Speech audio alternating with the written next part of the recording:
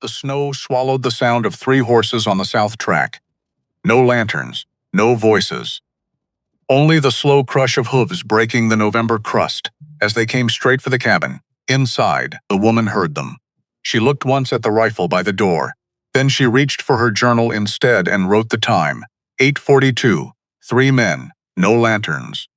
She was still writing when the knock came. 3 polite taps. Like a neighbor come calling. She closed the book, picked up the folder with the forged papers and the dead man's seal. When she opened the door, the cold poured in. The lead writer looked down at her from the saddle, at the papers in her hand, at the stillness in her face. He had come expecting fear. It was not there. The wind moved through the cut north fence and sang. The town of Greystone Hollow sat in a valley between 2 mountains that never quite agreed on the weather. One side got sun, the other got shadow. The people who lived there had learned, over generations, to simply accept that some things could not be reconciled. You picked your side. You built your house. You made do. Vera Dunmore had been making do for 33 years. She was tall. That is, the first thing anyone said about her. The first thing anyone noticed. The thing that arrived in the room before she did and lingered after she left. 6 feet 2 inches in her teaching shoes. Broad-shouldered, long-limbed. The kind of tall that made door frames feel like suggestions and most furniture feel like a personal insult. She had stopped apologizing for it, somewhere around age 19, stopped hunching. Stopped the careful way she used to fold herself into chairs 2 sizes too small, spine curved like a question mark, trying to ask less of the world around her. She had stopped all of that, mostly. There were still moments, small ones. The automatic duck when she passed through the door of the general store, even though she'd cleared that frame 1,000 times. The way she sat slightly sideways at town meetings so the person behind her could see. The habit of stepping back 1 pace when she spoke to someone shorter, which was almost everyone, to keep from looming. Little adjustments, small surrenders, she barely noticed them anymore. That was the worst part. Not the adjustments themselves, but how little she noticed making them. 8 years she had been in Greystone Hollow. 8 years of October winds and February snows and springs that arrived like apologies after long absences. 8 years of the same 30-odd children cycling through her schoolroom, learning to read and add and hold a pen correctly. 8 years of the same faces at church, the same conversations at the general store, the same road between her cottage on Birch Lane and the schoolhouse. She had made her own, 1 careful detail at a time. She had painted the alphabet cards herself. 14 years ago, when the previous ones had faded to near illegible, that was someone else's work. Someone who had come and gone before her. She had built the small bookshelf in the corner, from timber donated by the Ashford family's sawmill, spending 2 weekends in late summer, measuring and cutting and hammering, until her hands were raw. She knew every creak in every floorboard. She knew which window let in a draft in November, and which direction to angle the tin chimney pipe to stop the schoolroom from filling with smoke on windy days. This was her place. 8 years of her life had been poured into it, slow and steady, the way you fill a good deep well. It was, she had come to understand, the closest thing she had to a home, which was a thought she generally did not allow herself to examine too closely, because examining it too closely led to other thoughts, about what home was supposed to mean, about the life she had imagined at 22, standing at the edge of everything, still believing the world would arrange itself into something that fit her. About Henry Morrison back in Ohio, who had looked at her for 2 years, as though she were the answer to something, and then looked away permanently when it turned out she came with no money and considerable inconvenient height, and a family that offered nothing useful to a banker's son. She had left Ohio on a Thursday, answered an advertisement for a school teacher in the Wyoming Territory, arrived in Greystone Hollow on a Tuesday, carrying a trunk, a teaching certificate, and the firm intention of building a life that did not require anyone else's permission to exist. She had done exactly that. She was making do. It was the first week of October when the trouble started. Not the big trouble. Not yet. The big trouble came later, wrapped in good manners and an expensive hat. The first week of October brought the small trouble. The kind that arrives quietly, wears ordinary clothes, and only reveals itself to be devastating later. When you're lying awake at 2 in the morning, running back through the day and realizing exactly what you missed. Vera had stayed late to clean the schoolroom. She swept. She straightened. She was just sweeping near the wall by the meeting chamber. The adjacent space that had once been a storage room, but the town had converted 2 years ago into a small chamber for the school board. When she heard voices, thin walls, old construction.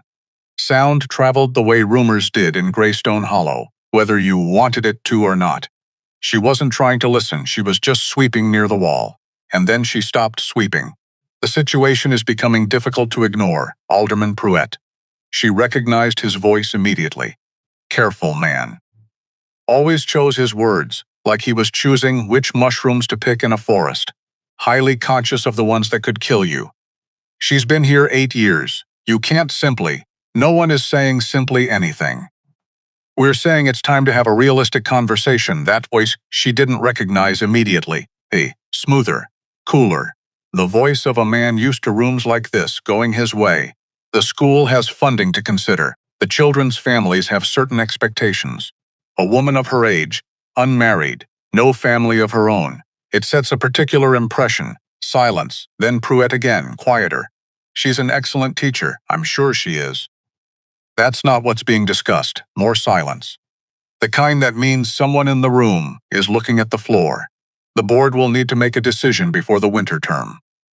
I'd encourage a gentle transition. Give her 60 days. That's generous. Vera stood very still. The broom handle was in both hands. She was holding it the way you hold something when you need to hold on to something. 60 days. No one came to tell her. No one knocked on the connecting wall. No one walked in with the courtesy of an explanation or the decency of a warning. They just talked about her in the next room, like she was a budget line, like she was a furniture arrangement that had stopped working. She finished sweeping. She put on her coat. She locked the schoolhouse door behind her, the same as every other evening, and she walked home in the October dark. She made dinner. She sat at her table. She ate. She did not cry because she had learned long ago that crying solved absolutely nothing and frequently made your eyes swell in ways that were impossible to explain to 32 children. The next morning. So she didn't cry. She simply sat with the knowledge. The way you sit with a stone in your shoe that you can't stop to remove right now. Not yet. Not here. Not until you find a private moment. 60 days. She pressed her hands flat on the table, looked at them. These hands that had grated thousands of papers, bandage-skinned knees, guided small fingers around pencils, carried firewood when the delivery ran late, fixed the hinge on the schoolhouse door 3 separate times, because the school board's maintenance budget was more suggestion than reality. 60 days. Fine.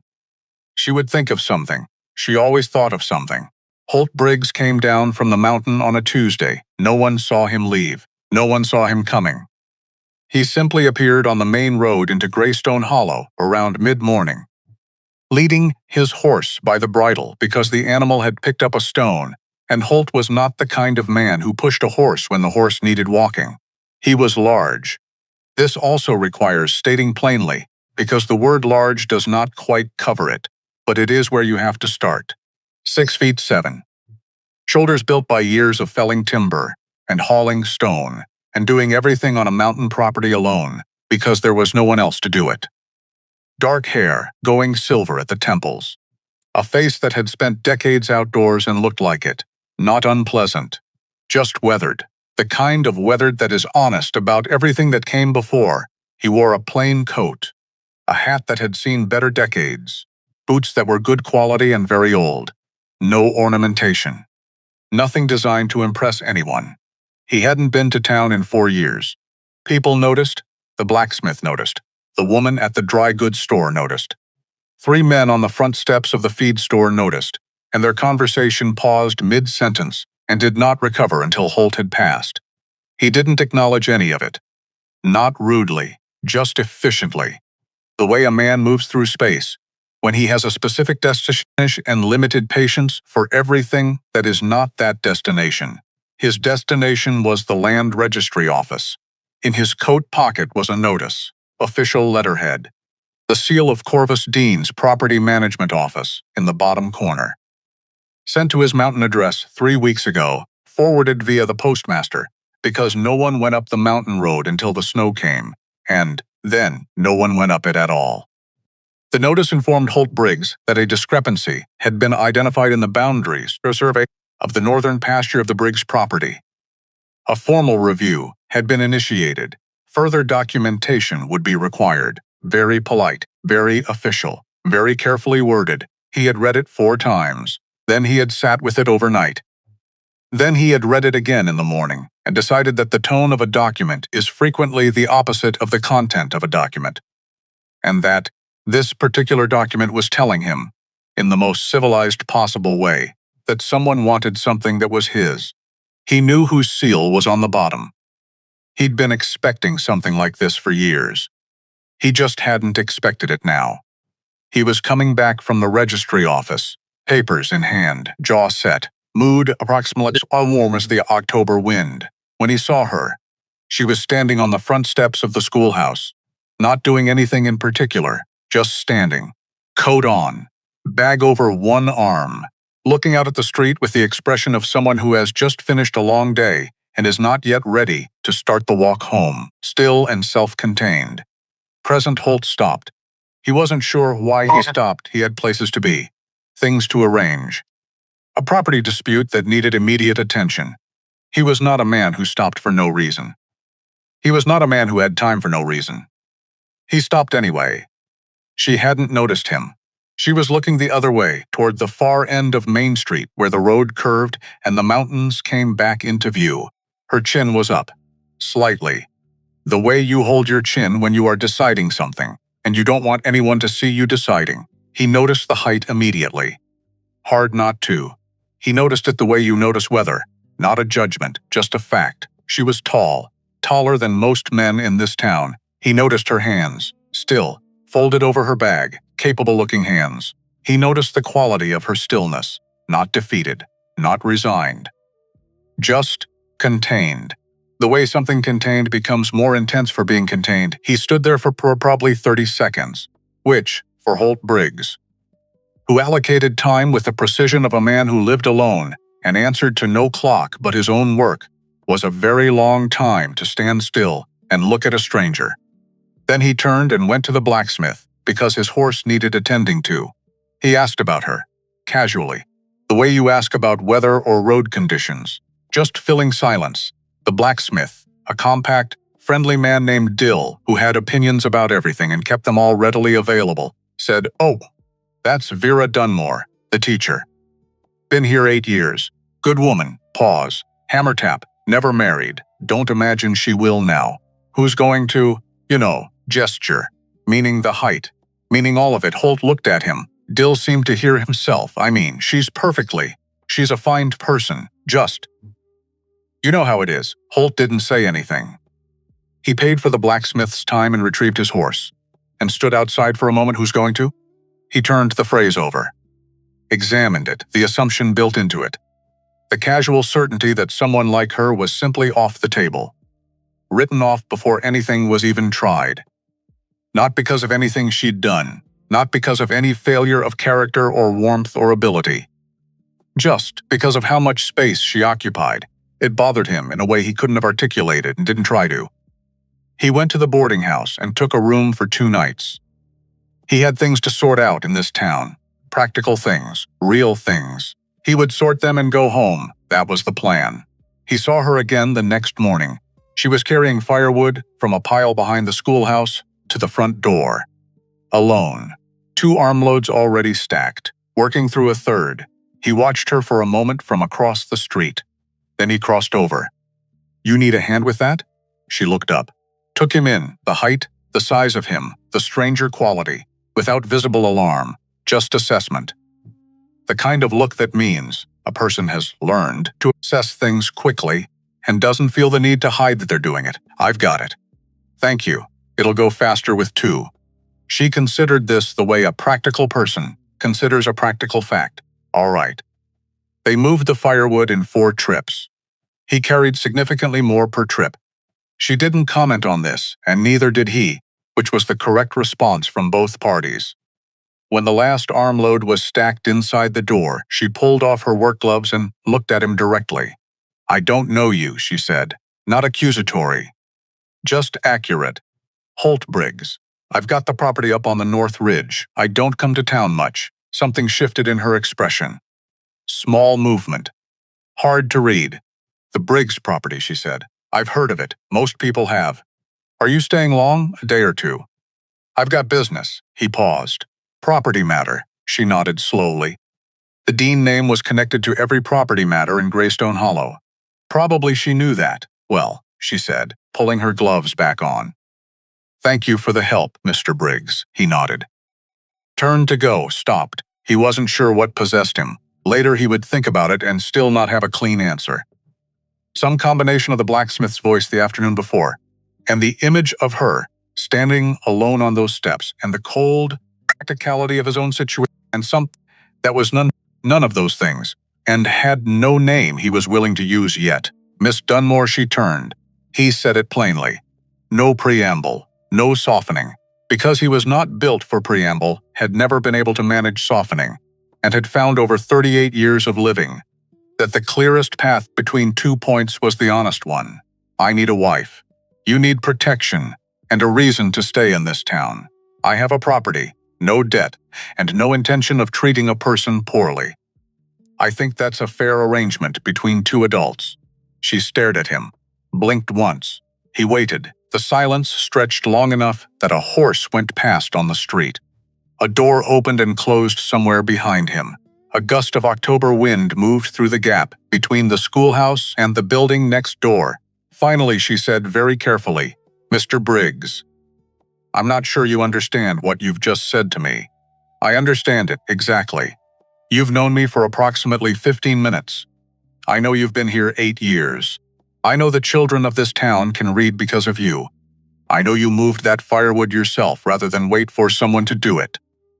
I know," he met her eyes, "that the town board met last week and you have 60 days before your contract ends," she went. "Still. How do you know that? Boarding house walls are thin." "Pruitt was having dinner last night and talking more than he should have." Her jaw tightened. Not at him. At the information. At the confirmation of what she'd overheard. At the humiliation of it being already known. "So you feel sorry for me?" "No." Flat. Immediate. No hesitation. "I don't do things out of pity, Miss Dunmore. I do things because they make sense. You make sense." She sent him away. Of course she did. She was a 33-year-old woman with 8 years of self-sufficiency and a core of independence that had been tempered by experience into something close to steel. A stranger walking up and proposing a business arrangement was not something she was going to accept in the middle of a Tuesday morning with firewood on her hands. "Come back tomorrow," she said. "If you still mean it." He came back. He came back at 7:30 in the morning before school started. He knocked once. She opened the door. She looked at him. "You came back," she said. "I said I would." She stepped aside to let him in. The schoolroom was already arranged for the day. Slates laid out, the stove lit, the smell of chalk and wood smoke, and the particular dusty warmth of a room full of books. He looked around it briefly, took in the alphabet cards, hand-painted, slightly faded at the edges. The bookshelf in the corner, solidly built. The way everything was arranged to catch the best of the morning light. Someone had thought about this room, cared about it, tended it. He sat when she gestured to the chair at her desk. The only adult-sized chair in the room, he noticed, and she stood, which put them at approximately eye level, which he suspected was not accidental. "I have questions," she said. "Go ahead. Why me?" Specifically, he thought about how to answer this honestly. "Because you're sensible. Because you're not going to require me to pretend to be something I'm not. Because you've built a real life here, and that tells me something about who you are. And because..." He stopped, chose the next part carefully. "Because when I asked about you, the first thing anyone said was about your height, not your teaching, not your character, your height. And I found that insufficient. As a summary of a person, she looked at him for a long moment. You know I'm taller than most men in this town, I noticed. Does that bother you? Not a question quite. More of a test. No, he said. Does my size bother you? She almost smiled. The corner of her mouth moved anyway, which was close. I haven't decided yet. Fair. What would this look like, she said, practically. Day to day. He laid it out clearly. She would keep her teaching position if she chose to continue it. She would have her own room, her own space, and her own household allowance that was hers, regardless of how things developed. He would not expect her to abandon her identity to become an extension of his. She listened with the focused attention of someone who had spent 8 years learning what genuine attention looked like and was able to recognize it or its absence immediately. And if it doesn't work, she said, if we find, after a reasonable amount of time, that we've made a mistake, then you leave. With enough to start over, you'd put that in writing already have. He put the document on her desk. Single page, careful handwriting, every clause specific, including at the bottom, the clause that would stay with her. She read it twice. She read the clause at the bottom a third time. The wife retains the right to dissolve this arrangement at any time, without cause required, and will receive financial support sufficient for 2 years of independent living. She looked up. Why? She said. Most men wouldn't. I know what most men would do. He was quiet for a moment. She waited, my wife, he said, then stopped. Try it again, Clara. She died 4 years ago. She was good, and she deserved better than what she got, which was a man who went up the mountain every time things got hard and came back when they eased. She stayed because she'd made a promise, and Clara kept her promises, even when they cost her. He looked at the document on her desk rather than at Vera. I don't want a woman staying because she's afraid to leave, afraid of the cold or the gossip or being alone. I want, he stopped, started again. If someone is with me, I want it to be a choice they keep making, not a trap they can't get out of. The room was very quiet. Outside, a wagon went past. A dog barked somewhere on the far side of the street. The stove ticked in the corner. Vera Dunmore looked at Holt Briggs. This enormous, weathered, careful man who had come down from a mountain, carrying a piece of paper with an exit clause for her benefit. I'll give you an answer by Friday, she said. She gave him an answer on Thursday. She had thought about it for 2 days. Bess walked back and forth across her cottage floor until the floorboards probably wanted to speak to her about it. Sat at her table, with her hands flat on the surface, running through the arithmetic of her situation, the teaching contract ending, the cottage on Birch Lane, which was rented month to month, the savings that were respectable for a school teacher and inadequate for indefinite independence, the knowledge that in a town of 300 people she had no family within 400 miles, and the other thing. The thing that wasn't arithmetic, the chair. When she'd visited the property to see it, she'd asked, and he'd agreed without hesitation, which was itself a data point. She had noticed the chair at the head of the table, the solid, well-built chair that was clearly new, newer than everything else in the room, different wood, slightly different stain. She hadn't said anything, but she'd looked at it, measured it with her eyes, the seat height, the width of it, the way the back was tall enough to actually support someone her height. She hadn't asked. But she'd known he'd replaced it before she came, before he knew whether she'd say yes. Before she'd set foot in that house, he'd looked at the furniture he had and understood that none of it would fit her, and he'd built her something that would, on the possibility that she might choose to be there. She thought about that chair for 2 days. On Thursday morning, she walked to the boarding house and knocked on the door. He opened it, looked at her, waited. Yes, but I have conditions. Tell me. I keep teaching, as long as I want to. Agreed. I have my own room, my own space. That doesn't change unless I choose for it to change. Agreed. And you don't try to make me into something smaller. She met his eyes. I have spent most of my life being asked to take up less space. I'm done with that. You take me as I am, or this doesn't work. He was quiet for a moment, long enough that she felt the first small, cold finger of doubt. Then he said, Vera, first time he'd used her name. Low voice, steady. I asked you specifically, not someone who would fit better or cause less comment. You. That should tell you something. It did. She held out her hand. He shook it. A firm, even handshake. Not a performance, just a seal. Then we have a deal, Mr. Briggs. Holt, he said. She took a breath. Then we have a deal. Holt. The wedding was small. A Wednesday morning in mid-October. Reverend Ashby of the Keystone Hollow Methodist Church. 4 witnesses. Dill the blacksmith and his wife Marta.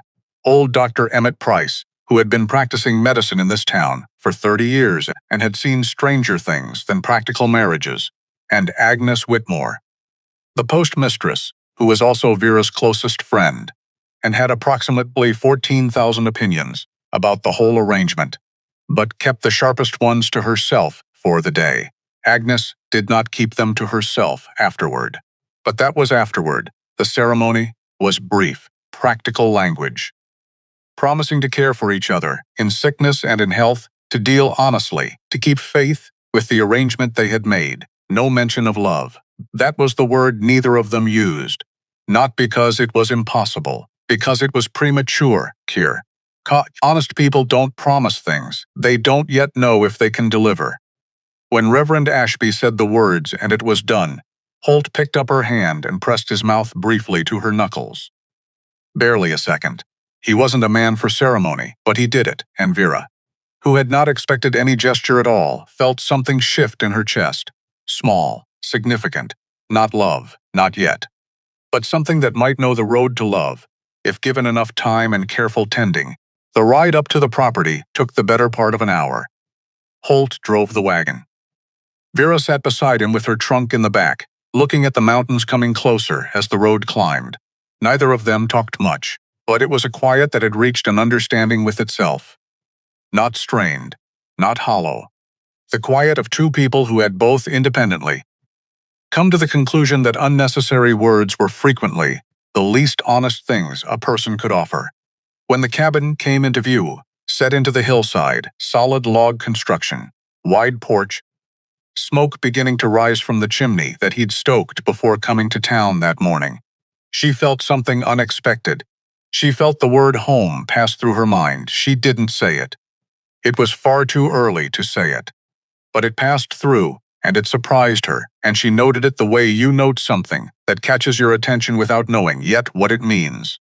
He helped her down from the wagon. Hands careful, not hovering, just there. She walked into the house on her own, and she noticed the front door was wider than standard. An inch, maybe inch and a half, wider than you'd need. Not enough to look different. Just enough to walk through, without having to angle your shoulders. She looked at the door. Then at him. He was getting her trunk from the wagon. He didn't look up. She said nothing. She walked into her new home. In the kitchen, she found the chair. The one she'd seen on her visit. Tall-backed, solidly built. Set at the head of the table, which was the position she hadn't expected. She sat in it. It fit. Perfectly, utterly, simply fit. The seat at the right height. The back high enough. The construction solid enough that it didn't creak or shift or make her feel like she was imposing on something not built for her. She sat in it and put her hands flat on the table and looked out the kitchen window at the mountains and the October sky going orange and gold above the tree line. Holt came in with her trunk, set it in the hallway. Came to the kitchen door, rooms upstairs, east side, gets the morning light. Thank you.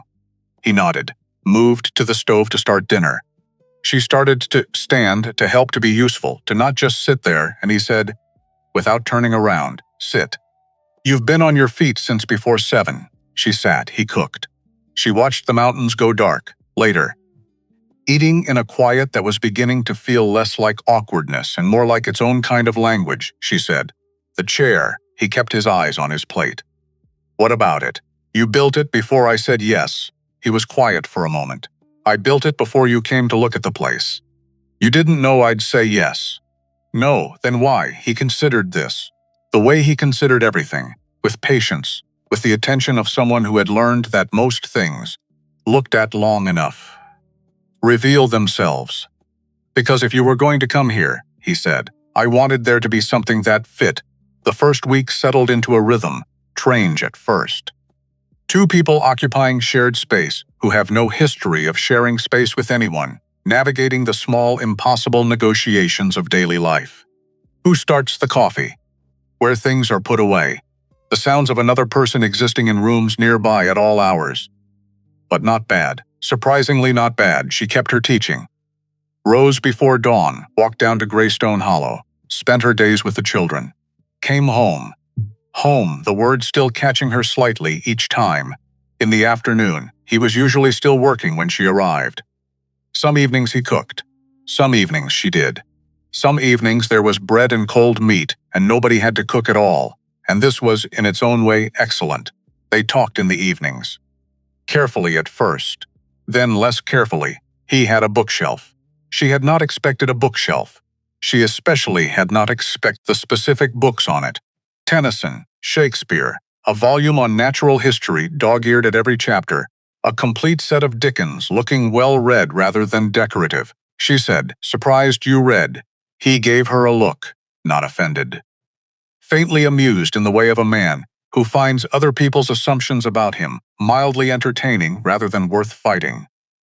"My mother taught school before she married," he said. "She had opinions about reading. She was right. She usually was." Vera brought her own books. They rearranged the shelf to make room.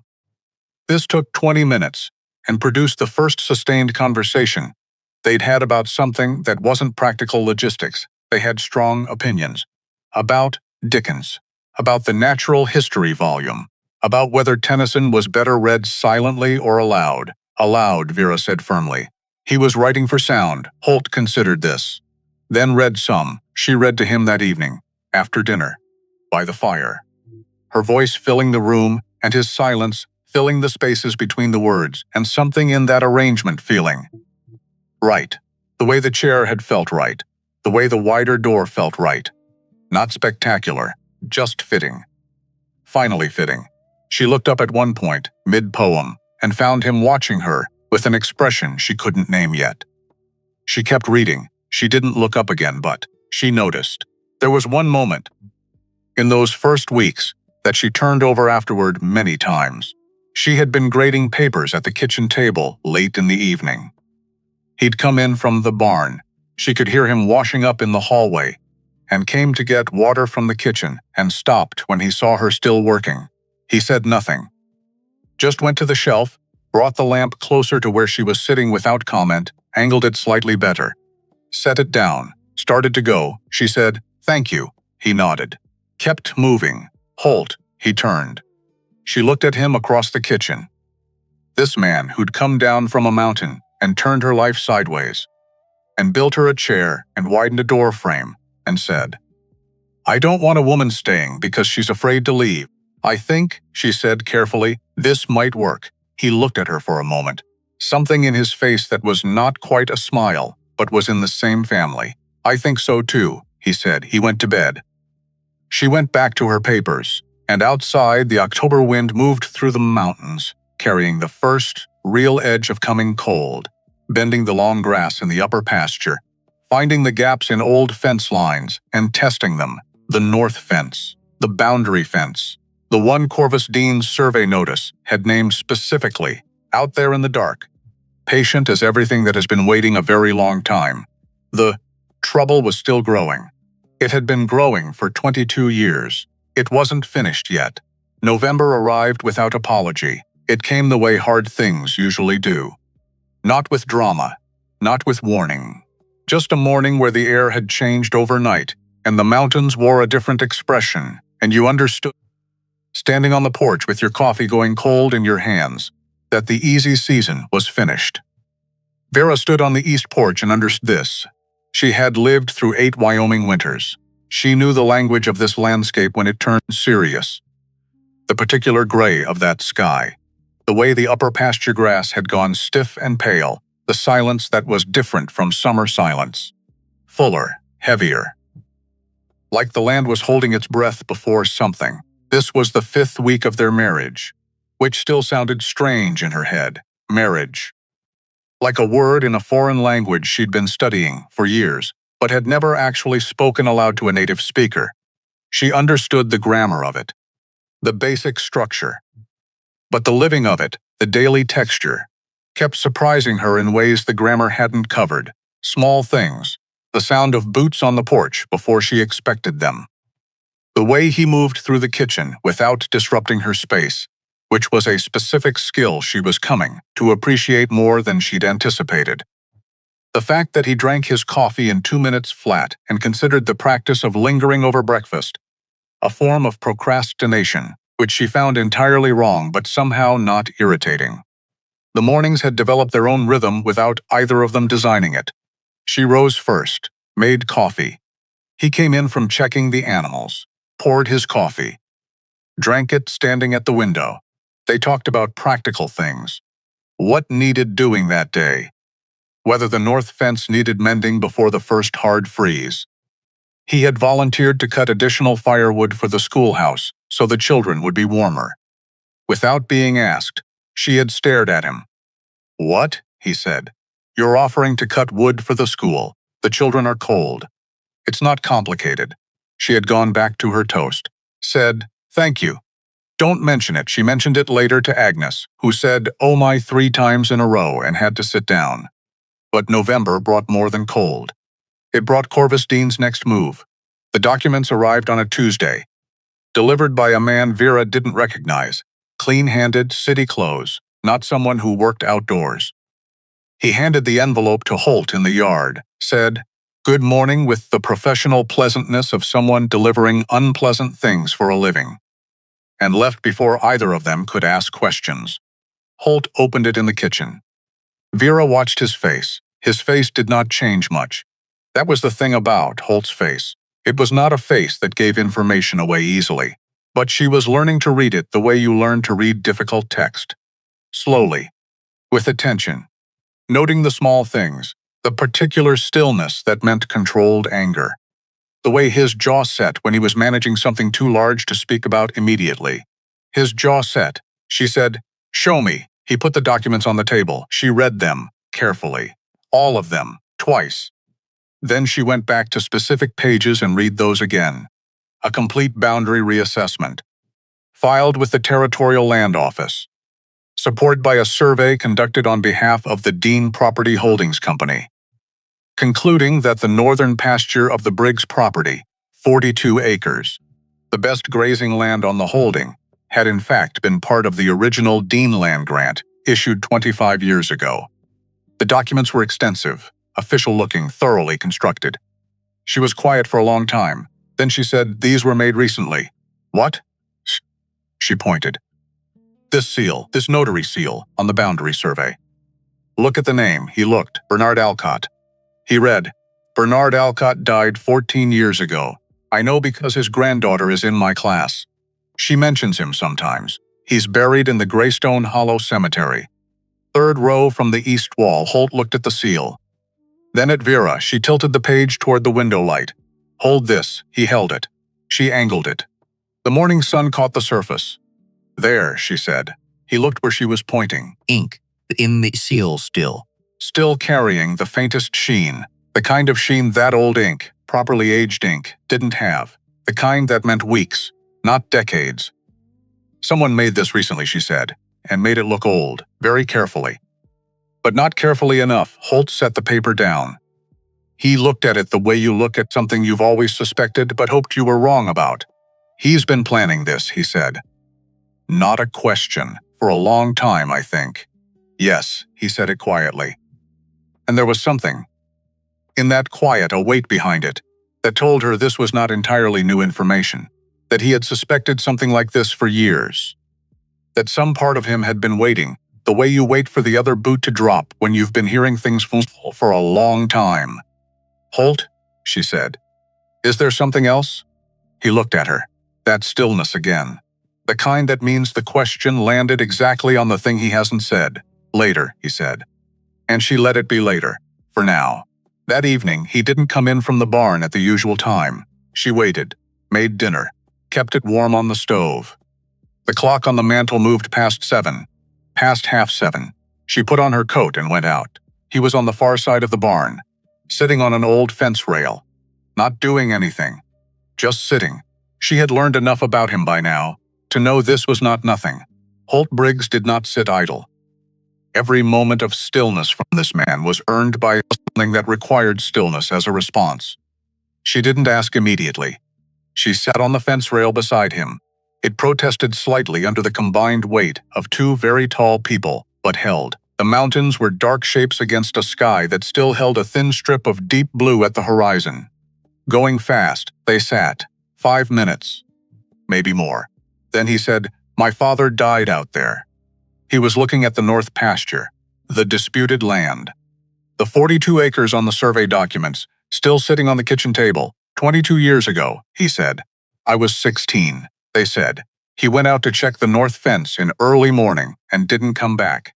They found him at noon. Said his heart gave out. But, she said, because there was clearly a but. It lived in his voice like a stone in a boot. He was 41 years old, healthy, strong. He'd never had a sick day, but, she said again, softer, but 3 weeks before he died, Corvus Dean came to this property and made an offer on the north pasture. My father said no, Dean said. He stopped. Dean said that my father should think carefully about what mattered most to him. The cold settled between them, and Holt said, after he was gone. I was 16, I didn't know anything, didn't know how to run a property. Didn't know what my father's papers meant, or where the boundary markers were, or which grazing contracts were legitimate and which weren't. His hands opened on his knees. I kept it going because it was his and I didn't know how to let it go. And Dean? Dean sent condolences, attended the funeral, was very kind to the bereaved son. She looked at him. He's been waiting, she said. 22 years, until you had something to lose. He turned his head, looked at her directly. She felt the weight of that look, what it contained, what it meant. Until I came down from the mountain, he said, and gave him a reason to move. The last strip of blue at the horizon went dark. She said, I'm not leaving, Vera. I know what you're going to say. That you didn't intend to put me in a position of risk. That the contract allows me to go. That you'd understand all of that is true. And I'm not leaving. She held his eyes. Not because the contract says I can't. Because I don't run from things, Holt. I never have. And I'm not starting because some man in expensive boots has decided your land should be his. He looked at her for a long time. The fence rail creaked very slightly in the wind. All right, he said finally. Good. They went inside. There was a box. She found it by accident on a Thursday, when she was looking for the extra lamp oil in the storage room off the main bedroom. Back corner, half behind a broken chair, dark wood, old. The kind of thing that accumulates dust, because no one can bring themselves to touch it, but no one can bring themselves to remove it either. She didn't open it. She stood there, looking at it for a moment. Then she went and found Holt in the barn and said, There's a box in the storage room. He went still, old, dark wood. Back corner, he set down what he was holding. My father's, he said. I thought so. I didn't open it. He nodded. Didn't say anything. You haven't either. Not a question. No. How long has it been there? He looked at the middle distance. Since he died. I put it there. I haven't, I thought there might be things in it I wasn't ready for, so he stopped. Left it. 22 years. The box had been sitting in that corner for 22 years. She didn't say that. She said, I think you might be ready now. He looked at her. I think, she said carefully, that there might be something in it you need. Given what's happening, he thought about this. She could see him thinking about it. The particular quality of stillness that meant the gears were turning, and he was deciding whether to trust something. Okay, he said. They opened it that evening, at the kitchen table. After dinner, the lamp turned up, the box between them, inside, the things a man carries through a life. A folding knife, worn smooth at the handle. A land survey map, original, dated 30 years back. A leather wallet with papers in it, some letters. And at the bottom, wrapped in cloth, a journal, small, soft-covered. The handwriting on the first page unmistakably different from Holt's, rounder, faster. The writing of someone who thought quickly and caught it on paper at a run. Holt picked it up. Held it. Vera said nothing. She folded her hands on the table and was still and let him take whatever time he needed. He opened it. Read, she watched his face. The stillness was different now. Not controlled anger. Something older than that. Something that had been waiting below the surface of everything, and was now finding its way up. Slow and inevitable as groundwater. He turned pages. Stopped, turned back, read something again. Set the journal on the table between them. He pointed to a passage near the end. Last few entries. The handwriting slightly less certain than the earlier pages. More pressured, like the pen was being held harder. She read it, November 3rd. Dean came again today. 3rd this month. Wants the north pasture. Price has gone up each visit, I'll give him that. But this land is Gideon Briggs' land, and I know what happened to land once it goes to a man like that. It doesn't come back. I told him no again. He smiled the way he does. The way that isn't a smile at all. November 11th. Price saw something at the old mining track 2 nights ago. Didn't want to say what. I know what the track runs past. The old boundary marker we've been disputing. Dean's men, I think. Working at night, November 19th. Can't sleep. Something is wrong and I can't name it, and not being able to name it is worse than knowing what it is. Holt is 16. He can run this place if he has to. He doesn't know that yet, but he can. If something happens to me, I don't want to write this, but I'm going to write it. If something happens to me, it wasn't an accident. Find the markers. Keep the land. Tell Holt I was proud of him every day. Vera looked up. Holt was looking out the window. Into the dark, his hands flat on the table. The knuckles showing white at the joints. She said his name. He didn't answer immediately. He knew, Holt said. He knew something was coming and he didn't. He couldn't. He stopped.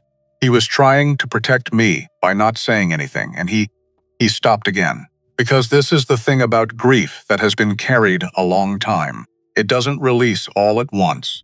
It comes out in fragments, in stopped sentences, in the inability to finish the thought because finishing the thought makes it completely true. And for 22 years you have been living in the gap before completely true. She reached across the table, put her hand over his. Didn't say anything, because she knew, in the way that teachers know, in the way that people who have spent years listening to what cannot quite be said know, that there are moments when the most honest thing you can offer is simply to be present, to not fill the space, to let the grief be as large as it is. They sat like that for a while. The stove ticked. The wind pushed against the north wall. The journal lay open between them, Gideon Briggs's handwriting facing up. Evidence and memorial both. Finally, Holt said very quietly, "He told me to find the markers. Yes, I never looked. I was 16 and I didn't know what he was talking about, and then he was gone and I just..." "You were 16, I should have. You were 16, Holt, firm. Not harsh, just true. You kept the land. You kept it for 22 years alone on a mountain. That's what he asked you to do. You did it." He looked at her. She looked back. "Now we find the markers," she said. They looked. The next 3 days went into it. Vera after school, Holt from first light, the original survey map from the box, Gideon's notes. The land grant records Vera requested from the territorial office in writing, carefully phrased, asking for originals rather than copies. The markers were still there, old, some partially buried by decades of weather and drift, but there. Iron stakes, original survey markers from 30 years back, placed by a different surveyor entirely, one who had been dead for a decade but whose records were archived properly, not forged, not conveniently sealed by a dead notary. The north pasture boundary was exactly where Gideon Briggs had said it was. Now we're near where Dean's documents claimed. Vera sat at the kitchen table with all of it, spread out, and mapped and cross-referenced and said, with the flat satisfaction of a woman who grades papers and knows what truth looks like when it's been correctly demonstrated, "He has no case." "He doesn't need a case," Holt said. "He needs time and legal costs, and the assumption that a man living alone on a mountain won't be able to fight it." He didn't account for the man's wife. Holt looked at her, something in his face, not quite a smile, but warmer than the winter outside. "No," he said, "he didn't." Dean's next move came faster than they expected. The wood store went first. Vera came home from school on a Wednesday to find Holt standing in the yard, looking at the back of the property, with the particular stillness that meant something very bad. The timber they'd cut and stacked for the winter, 40% of it, gone. Not stolen, burned. Someone had been on the property in the middle of the day while they were both in town and set fire to the wood store. The snow that had come overnight had saved the barn. Just the north fence, boundary fence, had been cut in 2 places. Clean cuts, done deliberately. The horses could have gone. In the night, in a storm, they would have wandered, and finding them in this terrain in November would have been close to impossible. This is a message, Vera said. Yes, he wants us scared. Yes. Are you? Holt looked at her. No. Are you? She thought about it honestly. Because she was not the kind of person who found comfort in pretending to be braver than she was. Fear was information. Fear deserved an honest answer, she said. Little. But not enough. He nodded. Like this was the exactly correct and rational response. Not enough for what? He said. Not enough to stop. The night it got worse, Vera was at home alone. Holt had gone to town to file the survey evidence with the registry office. Planned to be back before dark, but the filing took longer than expected. All the small bureaucratic obstacles that multiply when someone with influence has made it quietly known that a matter should proceed slowly. The dark came fast, the way it does in November in the mountains. 1 minute there's gray, the next there's nothing. Vera was at the table grading papers when she heard the horses, more than one. On the road to the property, she went to the window. 3 riders, coming in from the south track rather than the main road, which meant they were coming specifically, not passing through. She stood at the window and was very calm about the fact that she was frightened. Think, she told herself. She thought. She went to the cabinet where Holt kept the rifle. She knew where it was. He had showed her, 2 weeks ago, matter of fact. If something happens when I'm not here, this is where it is. This is how you use it. She had paid attention. She didn't take it out. She thought some more. Then she took her journal, the small green one she used for school notes, and sat back at the table and wrote date, time, description of the riders, direction of approach, everything she had observed, every detail. When they knocked, and they did knock, which was actually a good sign, she answered the door, 3 men. Not from Greystone Hollow. Hired, probably. One of them did the talking, Mrs. Briggs. Mr. Dean asked us to deliver a message. I'm listening. He'd like to resolve the property matter quickly. He understands that life on a mountain property in winter can be. Pause. Difficult for a woman alone. She looked at this man, 6 feet 2 inches of her, standing in her own doorway, the lamplight behind her, the journal in her hand. Tell Mr. Dean, she said, that I'm a school teacher. I have been for 8 years. Which means I notice everything. I document everything. I have been documenting everything since the week we received his forged survey documents. The man blinked. Forged. Bernard Alcott's notary seal on a document dated 14 years after his death. Yes. I have copies of everything in 3 locations, one of which is the territorial judge's office in the county seat, which I wrote to last Monday. Silence. I'd also like you to note, she said the time. 8:42 in the evening. 3 men on a private property after dark. I'm noting that as well. She held up the journal so they could see she was, in fact, writing. The man looked at his colleagues. Back at her. Good evening, Mrs. Briggs, he said. They left. She closed the door, put her back against it, pressed her hands flat against the wood. Breathed. That could have gone differently, she thought. Yes, she answered herself. But it didn't. She went back to the table, finished writing, made tea. Holt came back an hour later. She told him what happened, plainly. All of it. He listened without interrupting. The quality of his listening was one of the things she had come to depend on. Complete. Undivided. The respect of being heard entirely before anything was said in response. When she finished, he was quiet. Then, you should have gotten the rifle, I considered it. I decided a pen was better. He looked at her for a long moment. You wrote to the territorial judge. I did. The letter went out Monday. You didn't tell me. I was going to. I wanted to have all the evidence organized first. Vera? Holt? You could have been. But I wasn't, she met his eyes. And the evidence is organized. And Dean's men know now that there are copies of everything in multiple locations. Which means destroying our documents here doesn't help him anymore. He stood there. She stood there. The tea was ready. Sit down, she said. You've been in town all day and you haven't eaten. He sat down. She put food in front of him. He ate. She sat across from him and drank her tea, and they were quiet for a while in the way they'd gotten used to being quiet. The kind that isn't empty, he said. I don't know how to do this. What, have someone? He stopped. Clara. She used to wait for me to handle things. She trusted me to handle things. And he set down his fork. I wasn't always there to handle them. She waited. You didn't wait for me, he said. It wasn't an accusation. It was something else, quieter. Closer to wonder. You weren't here, she said simply. The situation needed handling. Most women would have. I'm not most women, she said it without heat, just fact. And you knew that when you came into my classroom and told me you needed a wife.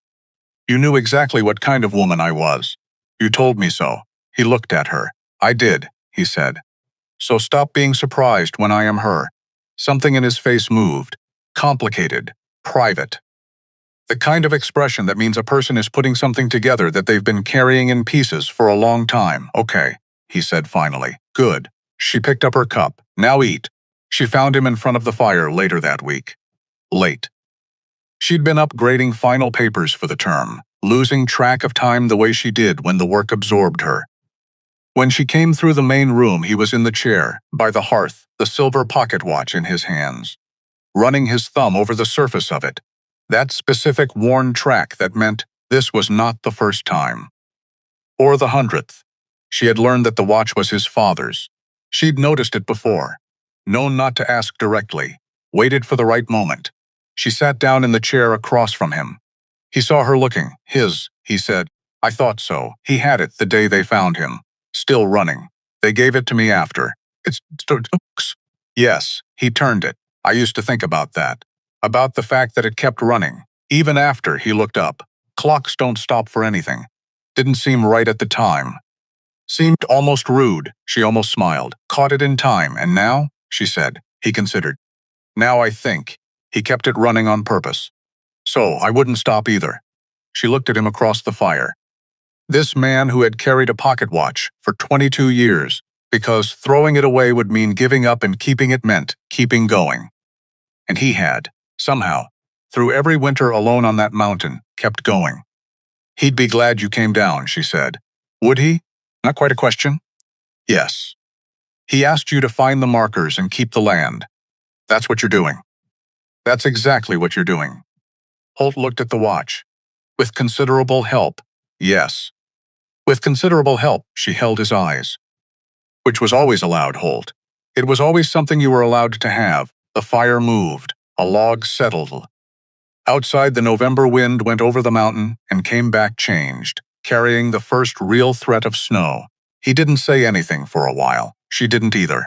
But he put the watch in his pocket, and she noticed that his hands, when he folded them on his knee, were easier, less held, something unknotting.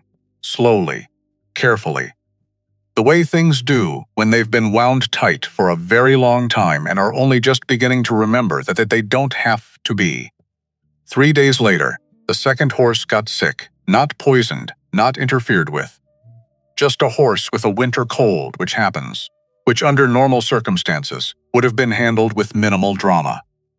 Except that the horse in question was Holt's. The bay gelding he'd had for 9 years. The animal he'd brought down from the mountain when he came. He was up most of 2 nights with it. Vera got up the second night and found him in the barn at 2 in the morning. Lantern going, sitting on an overturned bucket, next to the horse's stall. She didn't say anything about the cold, or the hour, or the fact that he'd been there for hours.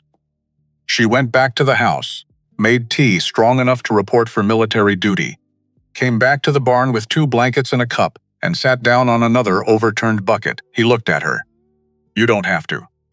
No, she said. Drink. He drank. They sat in the barn in the middle of the night with a sick horse and a lantern, and the wind doing its work outside. Not talking.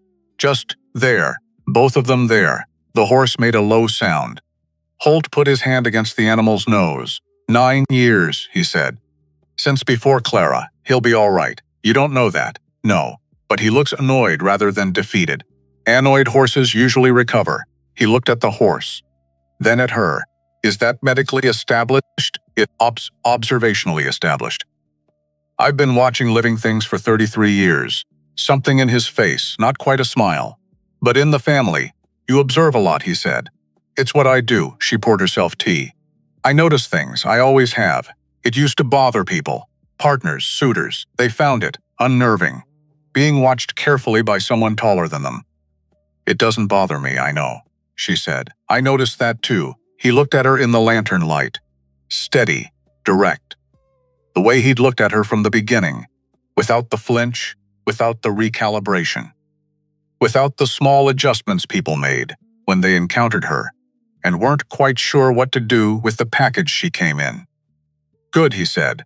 By morning the horse was irritable and hungry. She took it as a positive sign, and it proved to be.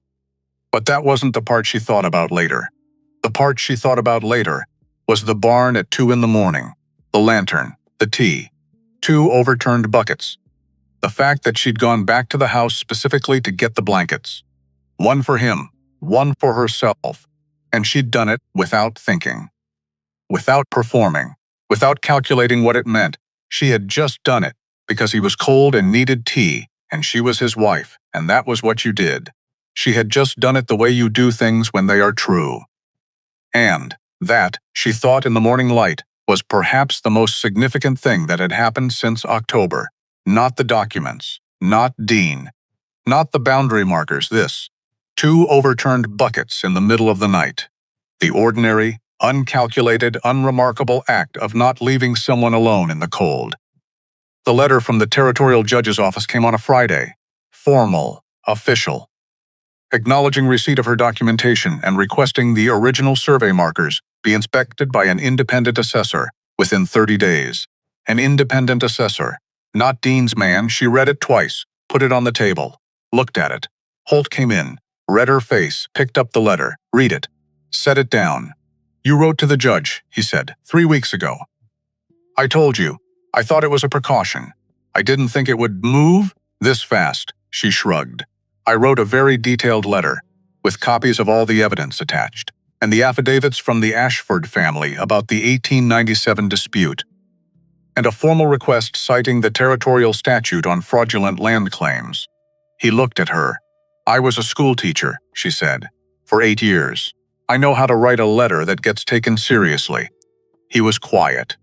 Then, I've been on that mountain for 4 years telling myself I could manage alone, that it was the right way, the only way. He picked up the letter, set it down.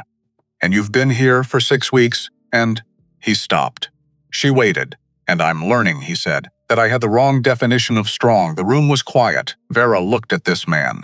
38 years old, carrying 22 years of a father's unfinished business, and 4 years of a wife he couldn't save, and a mountain of silence, and a pocket watch that kept running when everything else stopped.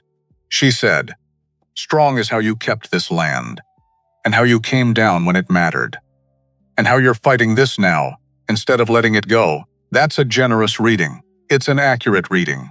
She met his eyes. You're allowed to have both, Holt. You can be the man who held everything alone for 22 years and also the man who doesn't have to anymore. A very long time. I'm still learning how, he said. I know, she said. Me too. Outside, the first real snow of November had begun to fall. It came quietly, the way the serious things did. No ceremony, no warning, just suddenly the world was white. Holt had been having conversations. This was his word for it. Conversations, not asking for help, not building alliances, conversations with specific people about specific things. In the careful way of a man who had been alone a long time and was relearning the grammar of depending on others. Dr. Emmett Price, first. The doctor had been in Greystone Hollow for 30 years, had seen things. The quiet injuries among Dean's hired hands when someone asked the wrong questions. The family who left suddenly in the winter of 1901, owing debts that Dean had quietly purchased. And then, at a particular moment, when they had nowhere to turn, called in. The way a whole town could be controlled, not through violence, but through the accumulation of small pressures. I should have spoken sooner, Price said. I told myself it wasn't my business, that I didn't know enough, that getting involved would only. He stopped. But I knew. We all knew, in the way that you know something you've decided not to look at directly. I'm not asking for confession, Holt said. I'm asking for testimony. Price nodded. You'll have it, Reverend Voss next. The minister had documentation of his own. Records of 3 families who had come to him in crisis over property disputes with Dean in the past decade. Families who had eventually left, who had signed papers they hadn't understood under pressure they couldn't name. He had kept the records, not knowing what to do with them. Waiting, he said, for someone who would. Holt, he said at the end of their meeting, your father was a good man. He deserved better from this town. He'd say, we're fixing it now. Yes, he would say exactly that. And the Ashford family. Ranchers, large operation south of Greystone Hollow, had lost a strip of grazing land to a Dean boundary claim in 1897, and had been building quiet resentment about it since. Garrett Ashford, who ran the family property now, was 62 years old and had the look of a man who had been waiting for a particular door to open for a very long time. When Holt came to him, Garrett Ashford said, what do you need? Holt told him. Ashford said, when? When he moves, which will be soon, we'll be there. Holt came home from that last meeting and told Vera what had been assembled. Price, Voss, Ashford, the documents, the assessor coming Thursday. All these pieces that had been sitting separate for years, finally in the same room. Vera listened. Then she said, you did that. We have the evidence, Holt.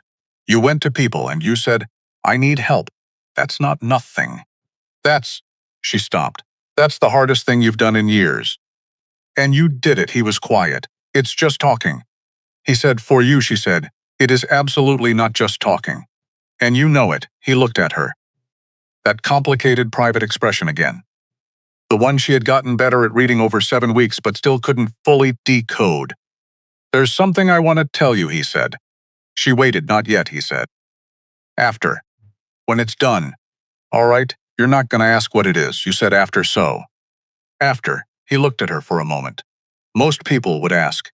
I'm not most people, she said. You told me that was why you chose me. The corner of his mouth moved, just slightly. Yes, he said. I did. December came in like a verdict, softness, no transition.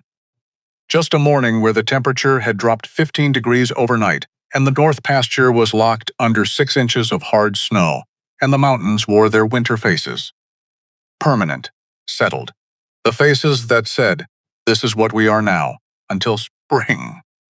If spring, Vera stood at the kitchen window with her coffee and looked at all of it. She was thinking about a conversation she needed to have with Holt.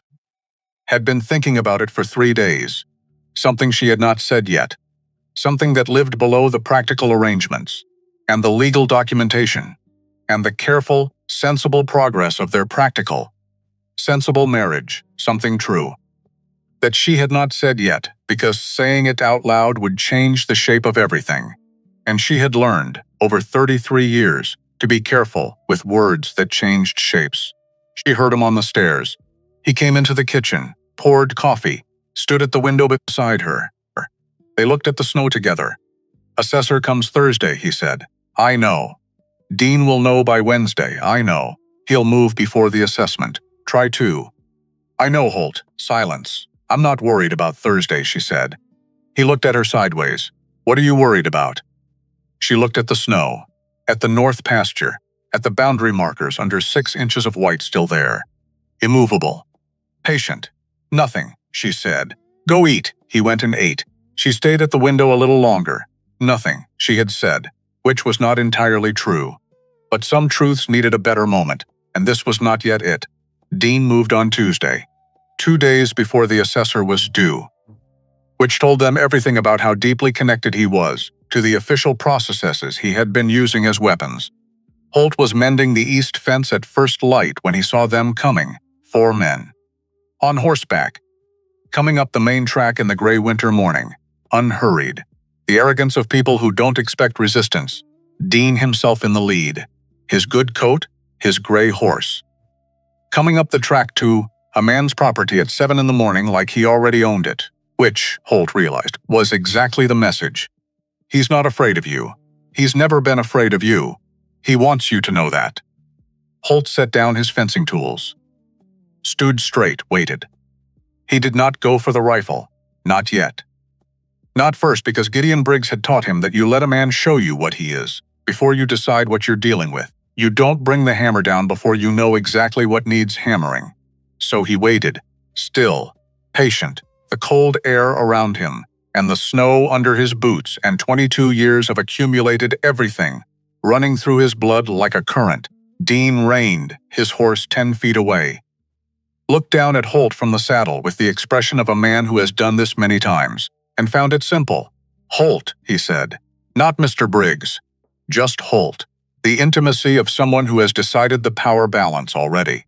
We can do this simply. The assessor isn't going to change the outcome. We both know that." "Your forged position," Holt said. Dean's expression didn't change. Strong language. Accurate language. "Your wife has been sending letters. I'd hate for this to become complicated for her.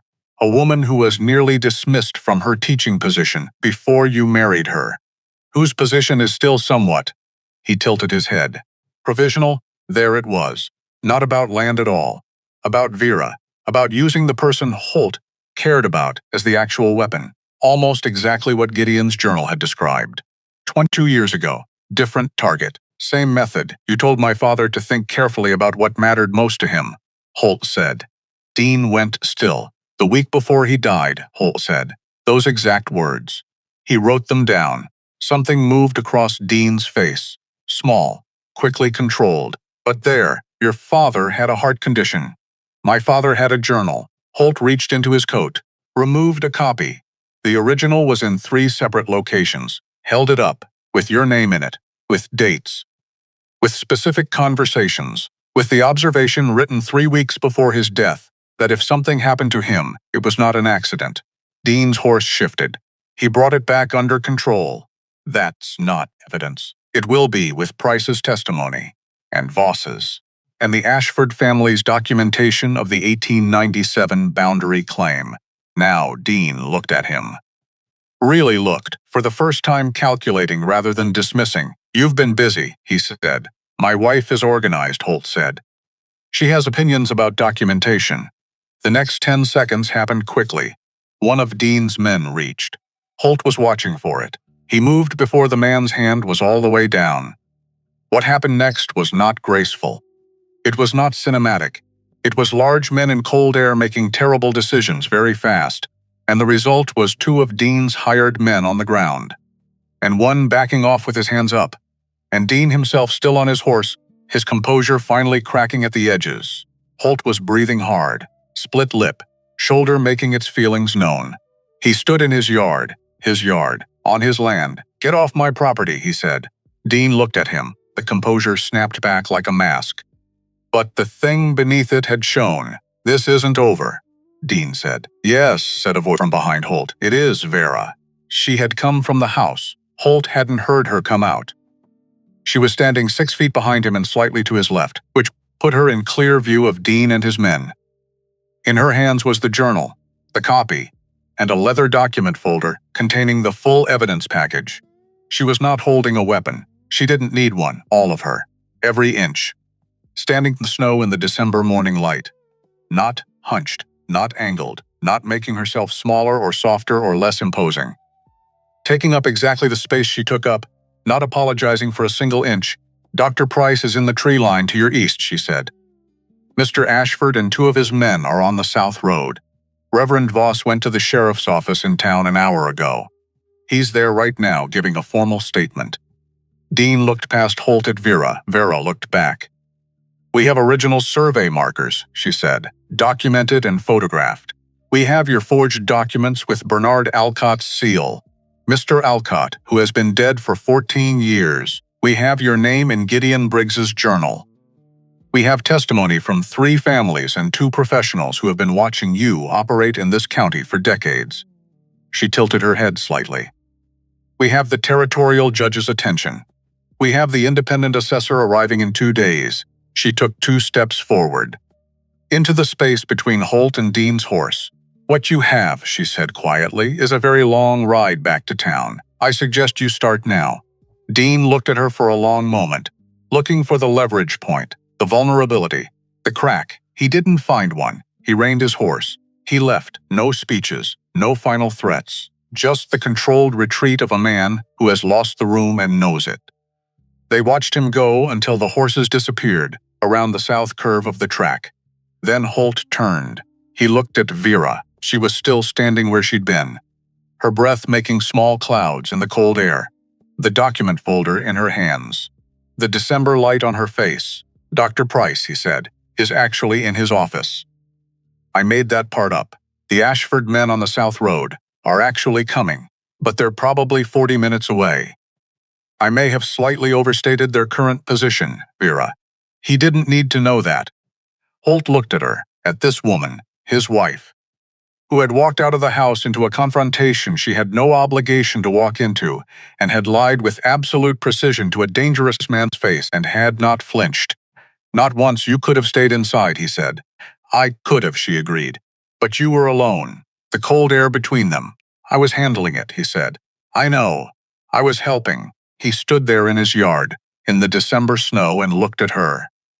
And something that had been wound tight for a very long time. Some specific configuration of grief and guilt, and the enforced self-sufficiency of a man who had decided, somewhere in the terrible months after Clara, that needing people was a luxury he could not afford, came partially loose, not all at once, not dramatically. Just easier, suddenly, like a fist that had been clenched for so long it had forgotten how to open, and then opened, slowly, into something that was simply a hand. "Come inside," he said. "Your coat isn't heavy enough for this. My coat is completely adequate." "Vera," she looked at him. "Please come inside." She came inside. The sheriff arrived that afternoon. Methodical, the kind of law officer who had survived in a difficult county by being slower than circumstances seemed to require, and consequently much harder to manipulate, than faster men. He had Reverend Voss's statement, a summons for Corvus Dean regarding a formal fraud investigation. He was also, Vera noted, the kind of man who listened to women without adjusting his attention downward, which was rarer than it should have been, and she marked it in his favor. Garrett Ashford arrived with his men an hour after the sheriff, not 40 minutes. She had indeed overstated their position by exactly the amount necessary. They sat in the main room, and Holt gave them coffee, and they went through the sequence of events and the status of the evidence and what would need to happen next. Dr. Price came in the evening. His own testimony, he said, he had been carrying for a long time. The injuries, the sudden departures, the quiet, desperate conversations in his office when people had run out of other options. "I'm sorry it took this long," he said to Holt. "You're here now," Holt said, which was, Vera thought, the exact right answer, the generous answer. The answer of a man who understood that people are frequently late to the things that matter, and that holding the lateness against them is a way of making yourself too pure to need anyone. She had a feeling she knew where he'd learned that. She thought she might have taught it to him, a little. In the last 7 weeks. In the barn and in the document folder, and the letter to the territorial judge, and the 1,000 small demonstrations that asking for help was not a failure she hoped she had. Dean was arrested on Thursday morning, the same Thursday the assessor arrived. The assessor did his work, thorough, unhurried, professional, and his conclusions, filed with the Territorial Land Office the following Monday, confirmed what the original survey markers and Gideon Briggs's land grant had always shown. The North Pasture was Briggs' land, had always been, was not in dispute by any legitimate evidence. The fraud case moved slower, as such things do, but it moved Price's testimony, the Ashford documentation. 3 other families who came forward once Dean was no longer present in the town the way a stone is present in a stream, shaping everything around it, whether the water acknowledges it or not. The specific charge regarding Gideon Briggs was harder. 22 years. A death recorded as natural, no physical evidence remaining. But the journal, and 2 men who had been working for Dean in 1888, who were older now, and tired in the particular way of men who have been carrying something heavy for too long and were glad, finally, to set it down. Holt sat through the formal proceedings in December. Steady, quiet, his hands flat on his thighs. Vera, she didn't hold his hand, he didn't need her to hold it. But she was there, shoulder to shoulder, present. The presence of someone who is not going anywhere. When the formal judgment on the land was read, Briggs' property confirmed, Dean's claim dismissed with prejudice, she felt Holt breathe. A long breath. The kind you take when you've been holding something for so long you've forgotten what it feels like to let it go. She said nothing. She looked straight ahead. Because some moments belong entirely to the person they're happening to. And the most loving thing you can do is not make them perform it for you. They drove home in the early winter dark, the wagon.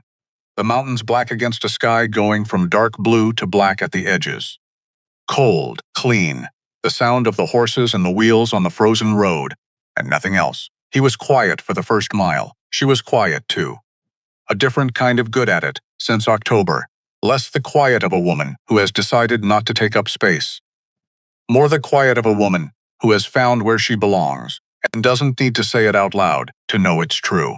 He said, I told you I had something to say. After, yes, it's after, it is. He kept his eyes on the road, on the horses, on the dark shapes of the mountains. I signed that contract, he said. Because I was practical about what I needed. Company. Someone to manage the house. Someone to talk to who wasn't a fence post. A beat. No offense to the fence posts. They've been good listeners, none taken on their behalf. But that's what I told myself. Practical. Sensible. Two adults making a sensible arrangement. He was quiet for a moment. I was wrong. She looked at him. Not about the arrangement, he said. About why I wanted it. The wagon moved through the dark. The horse's breath made small clouds. I came down from that mountain, he said, because I couldn't stand one more winter alone. That was true. But I came down because I was tired. Of being the only person in a room. Of making every decision alone, and eating alone, and sitting in front of a fire alone. And he stopped. I came down because Clara died, and I went up the mountain, and it helped for a while, having nothing that could reach me there. And then one day it stopped helping, and started just being lonely. And I didn't know what to do with that. So I kept going up the mountain anyway. The road curved. He guided the horses through it, and then I saw you, he said. Standing on those steps. Alone. Looking out at nothing, I remember, and I thought, she knows what that is, that exact thing. The specific quality of being alone in a particular way. She said nothing. And then I thought, I don't want to know that alone anymore. The wagon came around the last curve before the property track. The cabin visible in the distance, one lamp burning in the kitchen window. She had left it on before they went to town that morning. Holt, she said, I know it's not. Holt, firm but gentle. The teacher's voice. I signed that contract for the same reasons you did. He looked at her. Practical, she said. Sensible. Two adults. Etc. She looked at the lit window of the cabin. And I was wrong about my reasons too. What were your reasons? She thought about how to say it honestly. Because she was, above all things, an honest woman. I signed it because I was running out of time and options, and I was trying to be clear-eyed about that, she said. But there was a chair, built before I said yes. A door widened on the possibility I might walk through it. She looked at him, and I thought, this is a man who pays attention. This is a man who sees what is actually needed, and provides it without being asked, and without making anyone feel small for needing it. That's a lot to read from a chair. I'm a school teacher, she said. Reading things carefully is quite literally my profession. The horses stopped at the edge of the yard, the cabin in front of them. The lamp in the window, she said. I didn't come here for the protection, or the position, or the practical arrangement. I came here because for the first time in 33 years, someone looked at me and didn't ask me to be less. He looked at her in the winter dark. I'm not going to apologize for the practical arrangement, he said. It got us here. No, don't apologize. It was the right thing for both of us, but it's not. He stopped. Not what it is now, she said. No, it's not. He reached into his coat, his father's pocket watch. He held it in his palm for a moment, looking at it. Then he held it out to her. She looked at it. At him. He said to find the markers and keep the land, Holt said. We found the markers. The land is kept. He pressed the watch into her hand. He wrote, at the end, "Find Holt someone who will keep watch over him better than I could." Those exact words, her throat tightened. He wrote that. She said, "Last entry." I read it again last night. His voice was low. I think he'd consider this a reasonable outcome. She looked at the watch in her palm. The silver case worn smooth by decades of handling. Still running. Still keeping time through everything. "I think so too," she said. She closed her fingers around it. They went inside. The kitchen was warm from the banked stove. She added wood while he took care of the horses. She put water on for tea. She stood at the stove and listened to him moving in the barn. Familiar sounds now, the specific rhythm of his evening routine with the animals. She had learned that rhythm the way you learn a language. Slowly at first, then one day, you realize you're thinking in it without trying. She didn't have a name yet for what she felt standing there. Something close. Something getting closer. She let it be unnamed for now. Some things needed more time before you could say them out loud without getting them wrong. He came in from the barn, washed up, sat at the table. She brought tea. She sat across from him. They drank. After a while, he said, "Are you happy?" She considered this genuinely, without reflexive deflection. "Yes," she said, surprisingly, specifically. "Yes, surprisingly." I didn't think she stopped, started differently. I had made a decision, somewhere around 30, that I was done expecting the parts that are supposed to matter. The large feelings. The belonging to a specific person. I decided they weren't going to happen, and that was acceptable, and I would build a life from what was there instead. And I was wrong. About the second part, she looked at him. They were going to happen. I had just run out of patience at the wrong moment. He was quiet then. "For what it's worth, yes?" "You were worth waiting for," he said it flatly.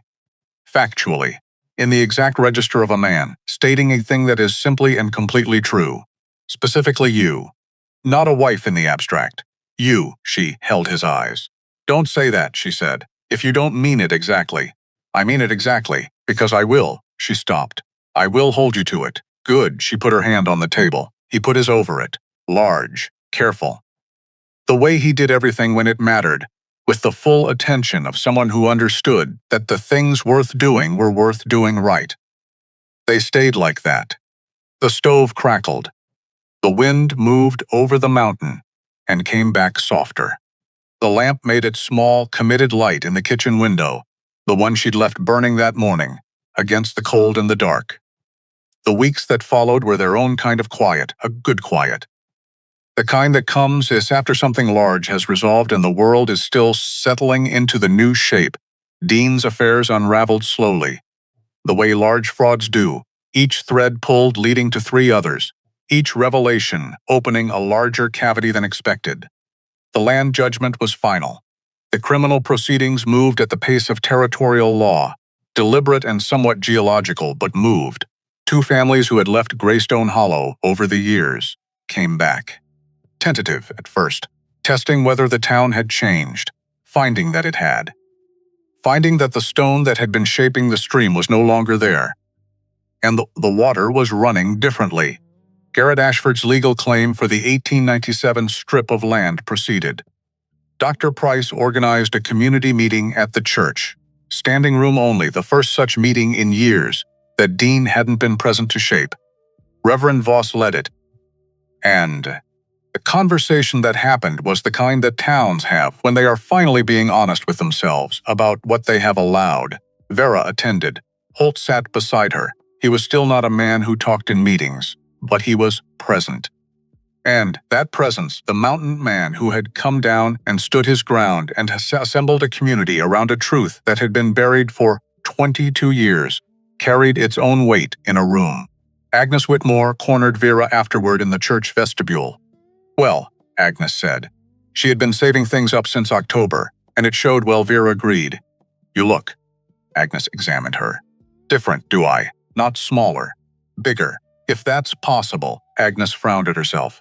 "That's not right either. I think the word you want," Vera said, "is present." Agnes thought about it. "Yes, that's it exactly." She paused. "Is he good to you? Is he?" "Agnes, I'm asking." "I know. He is, entirely." Agnes looked at her for a long moment. then nodded. The decisive nod of a woman who has been worrying about her friend for 33 years and is relieved to have a reason to stop. Good, she said. Because if he wasn't, I had a list. I believe you. The blacksmith was on it. Dill would have been very confused by that. He would have managed. Vera laughed. Really laughed. In the church vestibule, indeed, were coming clouds in the cold and Agnes looking satisfied with herself. She couldn't remember the last time she'd laughed like that. Without calculating how much space it took up. January. The schoolroom was warm. The new wood supply. Holt had cut enough to last the winter, and then continued cutting because excess felt safer than shortfall, which was a philosophy Vera found entirely reasonable given recent events. Kept the stove happy. The children were loud and alive and working through their winter lessons with the focused energy of small people who understand that they are warm, and that this is specific and good. Young Maisie Deakins, who had been struggling with reading since September, read her first full page aloud without stopping. Vera said, "Maisie." Maisie looked up. That was excellent. Maisie's face did the thing. The thing where pride and disbelief and joy are all happening simultaneously, and none of them has quite resolved yet. Really? Every word. Maisie looked down at the page. Back up, can I do it again? You can do it as many times as you like. Maisie did it 3 more times. The other children, to their enormous credit, listened patiently, because they were Vera's students and she had been teaching them, among the arithmetic and the handwriting. The more important lesson that you show up for people when it's their moment. After school, walking home in the January light, the particular low golden light of mountain winter, slant and clear, she thought about what she would tell Holt about Maisie, how she would describe the face, the 3 repetitions, the patience of the other children. She thought about how he would listen, completely, without performing interest, and then ask one question, always the one question that was actually the most important one, that would make her think about it differently. She walked faster. The cabin came into view. The lamp in the window again. He was inside. She could see movement through the kitchen glass. She pushed open the door, wider than standard, by 1.5 inches. On the possibility, he looked up from the stove. Cold, he said. Yes. Maisie Deakins read a full page. He handed her the coffee cup he'd already poured. Which one is Maisie? She has the red coat and the enormous opinions about dogs. The one who told you that your horse looked like he needed a nap. That's the one. She read a full page without stopping, and then she asked to do it again, and she did it 3 times. He considered this. How many tries had she had before? 4 months of them. Since September he was quiet. 4 months, he said, of someone not giving up on her. Yes, he looked at her. That's you. 4 months of you not giving up on her. She held the coffee. Warm. Right temperature. That's my job, she said. That's who you are, he said. Not just your job. She looked at him, he said. There's a difference. She knew there was. She had known it for a long time. The difference between what you do and what you are. But people said it so rarely. They talked about the doing, the function, the usefulness. He talked about the being. Yes, she said. There is. She sat in her chair, the right height chair, the one built on the possibility. She thought not for the first time and not for the last. This is what it feels like. To be seen, specifically, entirely. Without the small adjustments, the apologetic angles, the inch-by-inch negotiations with a world that is frequently the wrong size. This spring came in March, tentatively at first. The way hope arrives when you've been careful with it for a long time, testing the ground before committing. A few warm days, the snow retreating from the south-facing slopes, the creek running again, where it had been locked since November. She was in the garden, the kitchen garden, their garden, the one they'd talked about last fall and planted the first seeds of, and watched through a winter of everything else, was just beginning to show, green at the edges. Small, determined, the particular courage of things that grow toward light because that is simply what they do. She was kneeling in the dark earth, with her hands in the soil, and her hair coming loose from its pins when she heard him behind her. She already knew the particular sound of his footsteps. The weight of them, The rhythm. She knew the way he moved across ground, the way you know the particular music of something that has become familiar. "Garden's early," he said.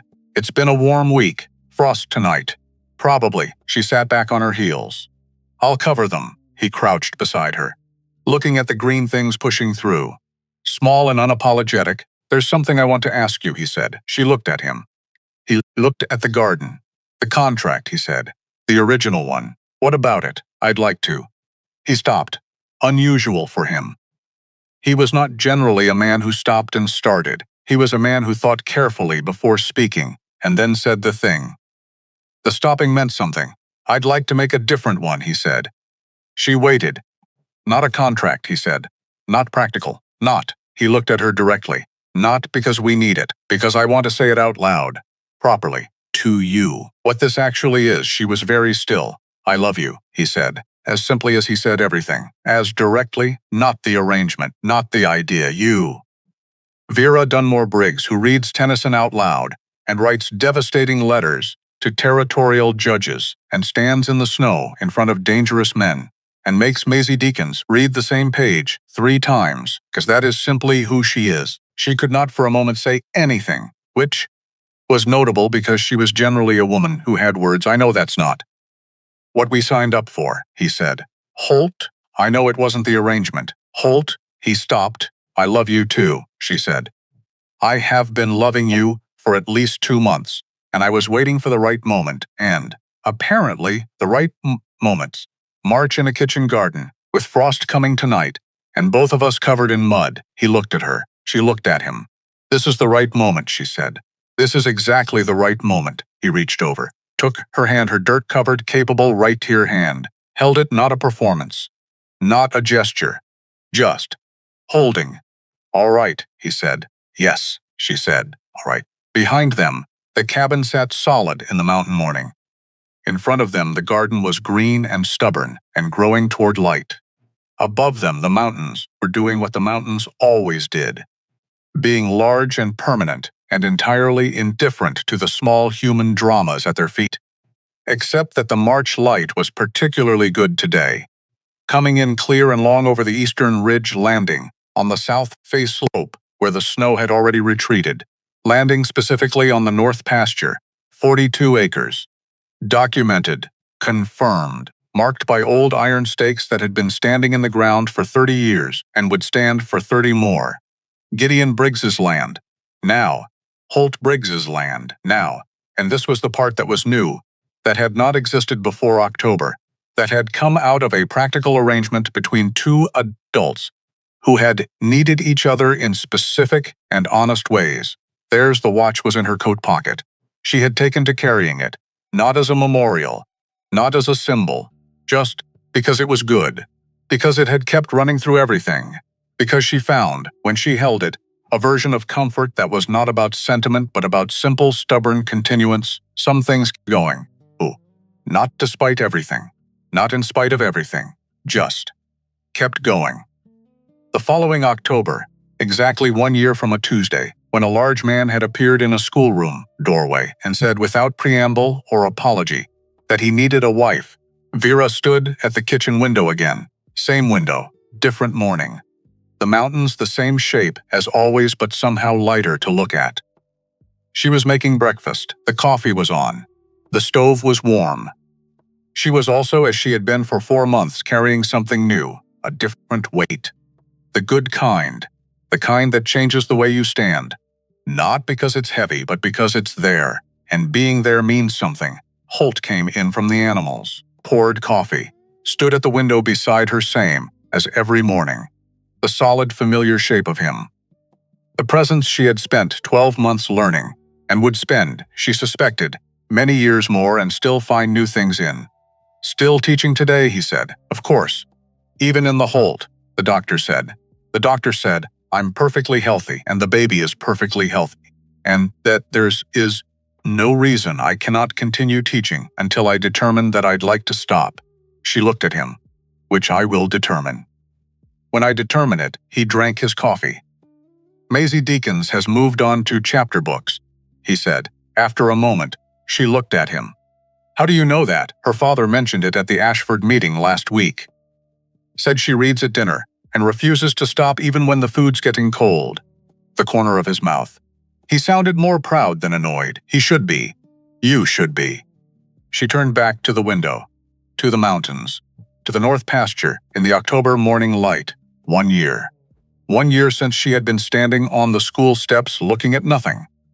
And a stranger had stopped on the road, and she hadn't known yet that the stopping mattered. She had learned a lot in 1 year. About the grammar of living with someone who communicated in action more than words. About how silence can be full, rather than empty, depending on who is in it with you. About the difference between making yourself small and choosing when to be quiet. About what it felt like to be in a room, any room, without adjusting. She had learned that a practical arrangement could become the most genuine thing in her life without ever having been dishonest about what it was. She had learned that a man who came down from a mountain carrying grief like a weather system could, with time and honesty and the specific patience of a woman, who knew how to not give up on things, become lighter. She had learned that the word home was not about a place. She put her hand to her middle. The small, reliable pressure of something new. We'll need to think about names, she said. I thought of some. She looked at him. Already, I've had time on the fence. The fence doesn't take that long. It does if you're thinking. She looked at him. He looked back. Completely steady. Completely present. The way he always was. The specific, unhurried, full attention of a man who had learned over the course of a year, and a great deal of difficulty, and a few moments of extraordinary grace, that the things worth being present for were worth being fully present for. Tell me, she said. He told her. And outside the October light was doing what October light does in the mountains, coming in long and golden, making everything it touches look exactly as important as it is. The north pasture. The garden going dormant now, but still there. The iron markers in the ground, the wide door, the chair at the table, the lamp in the window. All of it still here, all of it still going.